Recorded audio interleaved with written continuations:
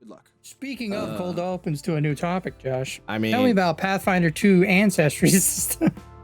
There you go. Yeah. All right. Well, anyway. Okay. So yeah, the Blades idea we're cool with. Oh, sorry. Yeah. Okay. My bad. So yeah, I mean,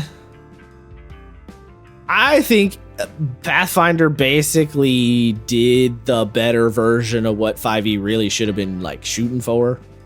Yeah. Basically, Pathfinder uses Ancestry. They were the first ones to really get the name change thing going because they called it Ancestries. Right. Which I like. I just like that as a word. I think that's a good one. I like that too. That or heritage. Like it does. So Ancestries dictate your hit points. They dictate your starting speed. They give you ability boosts. So for example, a dwarf, 10 hit points, your medium size, your movement speed is 20 feet. Your ability boosts are Constitution, Wisdom, and one free one. So you get to pick an extra one. And then you get a ability flaw of Charisma. And then you also get some languages. So that's very D&D-esque, and you're like, okay, sure. Yeah. But then, more importantly, you have the heritage. And your heritage, so your ancestry is like what you are biologically, right? You are a dwarf, or you are an orc, or you are an elf. Your heritage is sort of your cultural / historical background. So you have dwarves, but then you have ancient blooded dwarves, death warden dwarves, forge dwarves, rock dwarves, strong blooded dwarves. And each of those gives you a different ability that sort of, gives you a little bit of your character's like historical / cultural background. So if you're a death warden dwarf, your ancestors have been tomb guardians for generations. The power they the power they cultivated to ward off necromancy has passed on to you. If you roll a success on a saving throw against the necromancy effect, you get a critical success instead. So it's like, oh, you've been around like necromantic magics. That's great because you go, oh, well, I'm a dwarf, but now you can show all these different cultures of dwarves via the heritage options. And then on top of that, you get ancestry feats. Mm-hmm. And Pathfinder feats is really, in a lot of ways, their bread and butter mechanic. It's like one of their core mechanics. Yeah. And the ancestry feats are like further ways to customize and add to your type of dwarf. Basically, a combination of the heritage option and the ancestry feat option is now you have a system where Pathfinder has avoided the monoculture or the bioessentialism problem for the most part, because it's like, oh, well, obviously we're not saying all dwarves are the same, because you could be a Death Warden dwarf, or you could be a Forge dwarf, right? The Death Warden dwarves, maybe they're not smiths, which is like the stereotypical dwarf thing, but the Forge dwarves are smiths. Mm-hmm. It's just a cool system, like Ancestry dwarf. It does seem feats. really elegant. It's like it keeps I that. haven't read it in years, but it does have a really elegant feel to it, where it allows you to. It does that thing I want, right? Where it gives you tools to create your own cultures that you don't have to, like, you can create your own from cultures scratch that bitch by making your own feats and your own heritage option. Yeah. It's also cool because it keeps that like classic fantasy vibe, but adds a more modern like style to it, like, so for example, the first ancestry feat, Dwarven Lore, you eagerly absorb the old stories and traditions of your ancestors, your god, your people, studying it in subjects and techniques passed down for generation upon generation. You gain the trained proficiency rank in crafting and religion. If you would automatically become trained in one of those skills, you instead become trained in a skill of your choice. You also become trained in Dwarven Lore. So it's like, oh, you're like a big fucking nerd and maybe a scholar of your people. Yeah. you know, and obviously I'm not going to read through a bunch of them, but there is a whole bunch, and You know, there's multiple the levels. Dwarven weapon familiarity. Yeah. You were good with axe and picks. There's level of 1. course. There's the first level feats, 5th level feats, 9th level feats, 13th level feats. Like there's a bunch of them too. Yeah, you get And- one every 4 levels, and then when you pick a class, then you get you get class feats when you level up, and And every ancestry has these heritages. So elves have Arctic elves, cavern elves, seer elves, and whisper elves, and woodland elves. Those are obviously, particularly when you're talking about like Arctic or cavern elves, clearly those are very different peoples, like in a cultural sense. They are obviously not all just elves. So yeah, I think Pathfinder 2e nailed it. I would like 5e to do something like this. That would be very cool. I agree. I think honestly, like, I don't know. Like I said, it's been a while since I've heard of that. like since I've read those rules, but like, I kind of love that. Like, maybe just it's great. overwrite any opinions I had prior to that with that, because that's fucking fantastic. At least when it comes to like having cultures and shit like that. Right, exactly. I even like the idea that half elves and I was just about to half say that. orcs Yes. are sub heritages Of humans. the human. Yep. Well, like if 5e did this, it'd like hypothetically, if they weren't getting rid of them, the half races, but like they could have just made them half species now. I guess they're changing the name too. Whatever. Yeah. You know, you could have just made that like half elf is now a sub race of human. Half orc is a sub race of human. And it's so and then also fucking Wizard of the Coast, put my boys the mole in there, the half dwarves. You fucking cowards. Dude.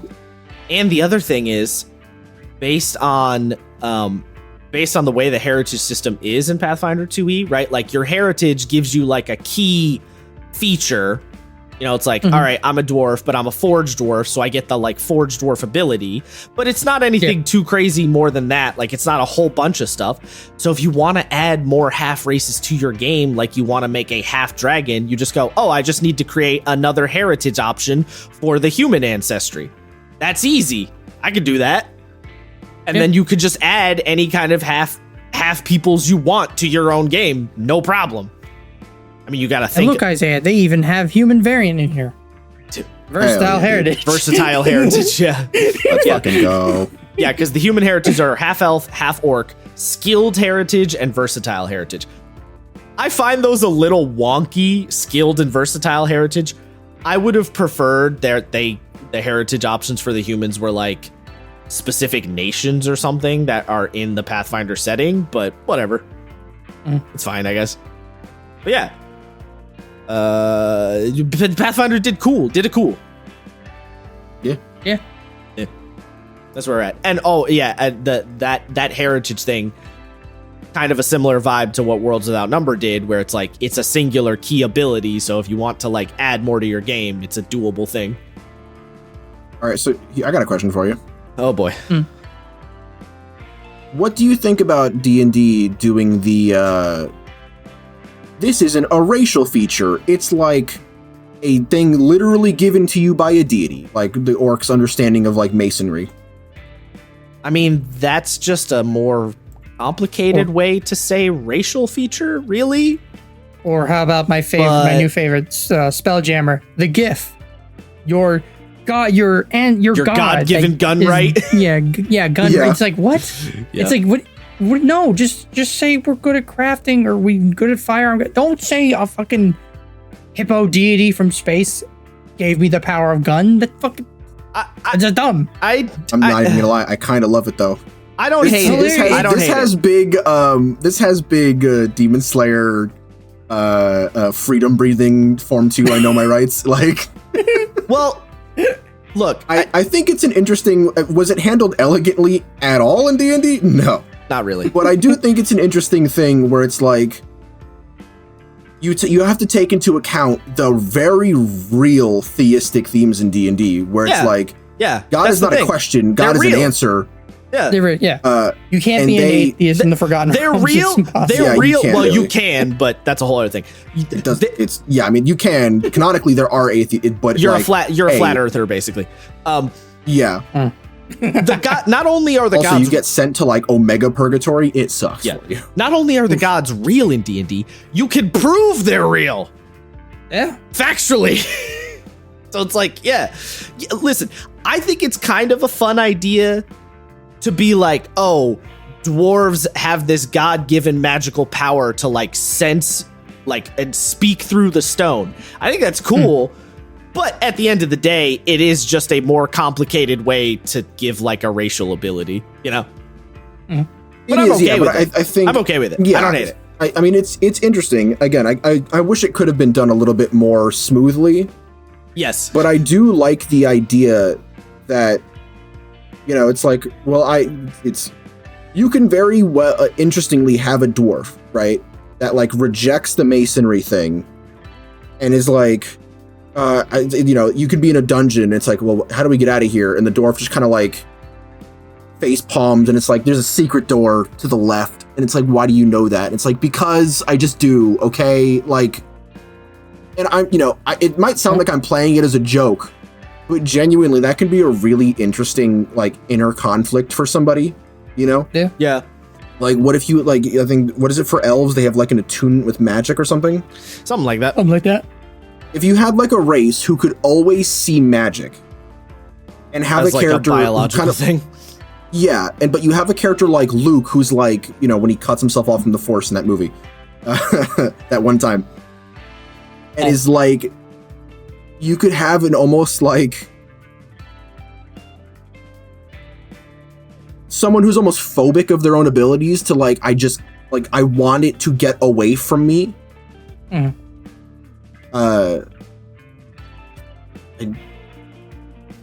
Dysphoric, I guess. Like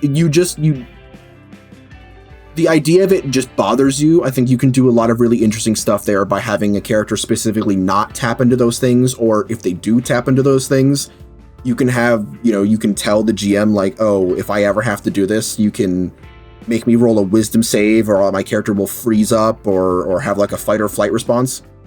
Kind of like how Caleb did with the fire magic in Critical Role. Obviously, that's a straight up trauma thing. That's not like a thing built into him being a human, but just him being a broken, sad individual. Yeah, there's an interesting way you could play that.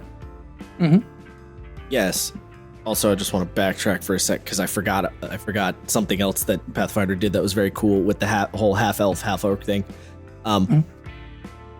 So, you know, you have the telltale signs of elf heritage. You gain the elf trait, the half elf trait, and low light vision. In addition, you can select elf, half elf, and human feats whenever you gain an ancestry feat. So not only do you have the heritage thing backing you up, you can also pick and choose from the list of the human feats or the elven feats. So if you're a half elf who was raised mostly by elves, you could just pick from the elf list. Or if you're raised mostly by humans, you could pick from the human list. So you can even customize your sort of cultural background.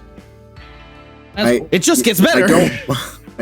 I could see someone make an argument for that being problematic by being like, are you saying hybrids are just the best? And it's like, maybe. That was not the message, but you took it there.